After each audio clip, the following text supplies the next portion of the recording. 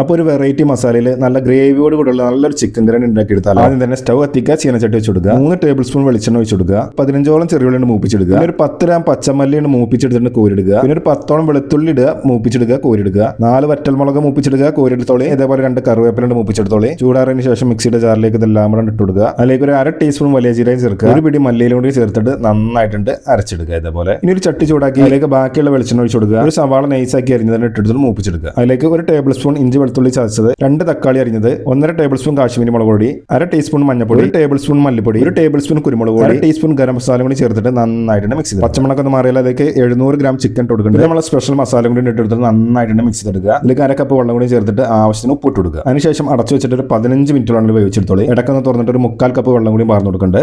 അപ്പോൾ നമ്മൾ മൊത്തത്തിൽ 15 മിനിറ്റോളം വേവിച്ചെടുത്തിട്ടുണ്ട്. ഇതിന്റെ മുകളിലേക്ക് ആവശ്യത്തിന് കരിവേപ്പില കൂടി ഇട്ട് കൊടുത്തോളൂ, കുറച്ച് മല്ലിയിലയും കൂടി വിതറി കൊടുക്കുക. നമ്മുടെ സ്പെഷ്യൽ മസാല ചേർത്ത് നല്ല ഗ്രേവിയോടുള്ള ചിക്കൻ കറി റെഡി ആയിട്ടുണ്ട്. എല്ലാവരും ട്രൈ ചെയ്ത് നോക്കോളി, നല്ല അടിപൊളിയായിട്ട്.